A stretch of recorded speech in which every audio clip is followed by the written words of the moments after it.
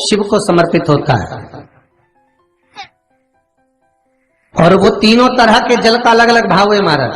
पहला जल सादा, घर से पानी लेकर गए, जल लेकर गए, शंकर को चढ़ाया, वो हमने घर का अपना एड्रेस बता दिया, भगवान शिव को जल चढ़ाकर अपने आनंद के लिए शंकर से कुछ प्राप्त कर लिया। दूसरा जल, जल के कलश में थोड़ा सा इत्र डालकर शंकर को जब समर्पित करते हैं तो महाराज घर में अगर कोई व्यक्ति बहुत रोगीला है, बहुत रोगीला, एक शिव महापुराण में, स्कंद पुराण में, नर्मदा पुराण में, भविष्य पुराण में, अग्नि पुराण में, नारद पुराण में, बरहा पुराण में, वामन पुराण में जितनी चीजें लिखी गई है एक एक प्रैक्टिकल कर देखो तो शिव महापुराण, स्कंद पुराण का यह भाव याद करिए कि एक लोटे पानी में इत्र मिलाकर, जल में इत्र मिलाकर, बहुत रोगीला व्यक्ति, बहुत बीमार व्यक्ति है, एक लोटा पानी उसका हाथ का स्पर्श कराकर शंकर को चढ़ाना प्रारंभ कर दीजिए। महाराज केवल 5 या 7 दिन चढ़ाओ और वो 7 दिन के बाद में उस बीमार व्यक्ति का क्रम देखिए कि उसमें कितना आराम लगा है।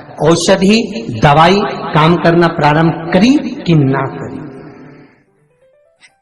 केवल इत्र समर्पित, इत्र का जल। तो पहला जल सादा, दूसरा जल है इत्र का, और महाराज तीसरा जल जो शिव महापुराण के अंतर्गत कहा गया है बेल पत्र का जल।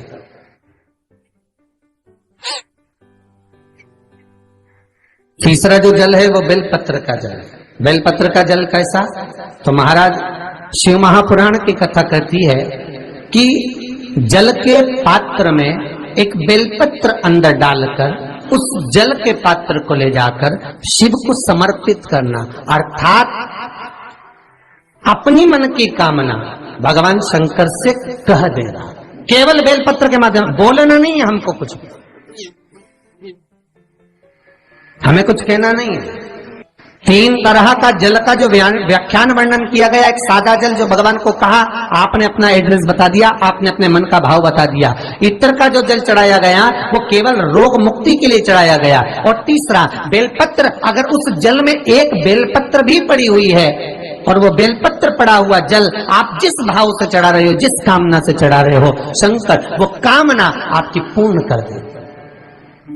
और लिंग पुराण को अगर आप पढ़ेंगे तो उसमें पाएंगे कि लिंग पुराण के अंदर लिखा है कि आप शंकर को अगर जल भी नहीं चढ़ाएं, आप शंकर को वस्त्र भी नहीं चढ़ाएं, आप शंकर को फूल भी ना चढ़ाएं, आप बेलपत्र भी ना चढ़ाएं, अगर शंकर को आपने कुछ भी ना चढ़ाया तो केवल शंकर के मंदिर में 2 क्षण जाकर उस शिवलिंग के सम्मुख में बैठ जाओ, कुछ मत बोलो, केवल मौन होकर उसको निहार लो, केवल मौन होकर निहार लो, बहुत।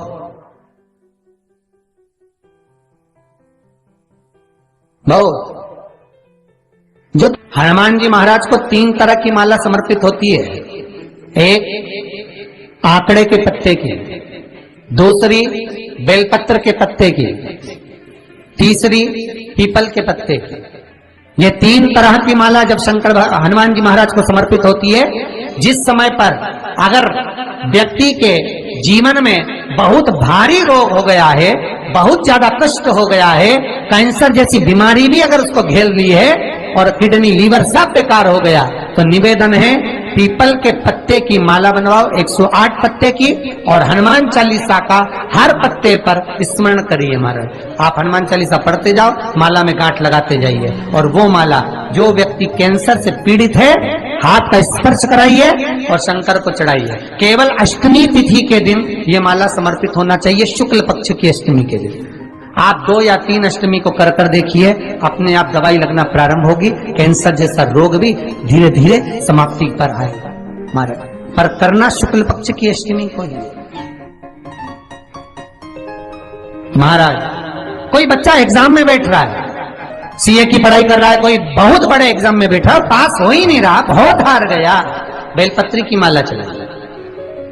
पर बेलपत्र की जो माला है वो केवल प्रदोष पर चढ़ती है श्री हनुमान जी महाराज। आप बेलपत्र की माला चढ़ाओ, 108 बेलपत्र आप श्री शिवाय नमस्तुभ्यम मंत्र का जाप कर गांठ लगाकर भगवान श्री हनुमान जी महाराज के सामने पहुंचकर माला को सीधी रखकर, जो व्यक्ति एग्जाम में बैठ रहा है, नौकरी के लिए, अन्य पढ़ाई के लिए, अगर कंपटीशन एग्जाम में भी बैठ रहा है तो माला को हनुमान जी महाराज, और हनुमान जी कौन से होना चाहिए? पूर्वमुखी। हनुमान दक्षिण मुखी नहीं चाहिए। पूर्व में जिन हनुमान जी का मुख हो वो माला ऐसी समर्पित कर कर, हनुमान चालीसा का पाठ कर कर, 3 बार स्मरण कर कर माला श्री हनुमान जी को पहना दीजिए। ऐसा कोई एग्जाम नहीं जिसमें से आप निकल ना पाए महाराज, पर करना आपको पड़ेगा। प्रदोष का दिन होना चाहिए, प्रदोष के भगवान, और प्रयास जहां तक हो सके प्रदोष काल में अगर चढ़ाएंगे तो ज्यादा फलदायी रहेगा प्रदोष काल में। तीसरी है आंकड़े की माला।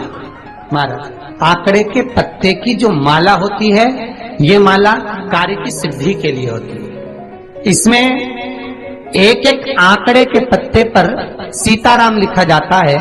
मात्र एक पत्ता ऐसा होता है जिस पत्ते पर सीताराम नहीं लिखा जाए।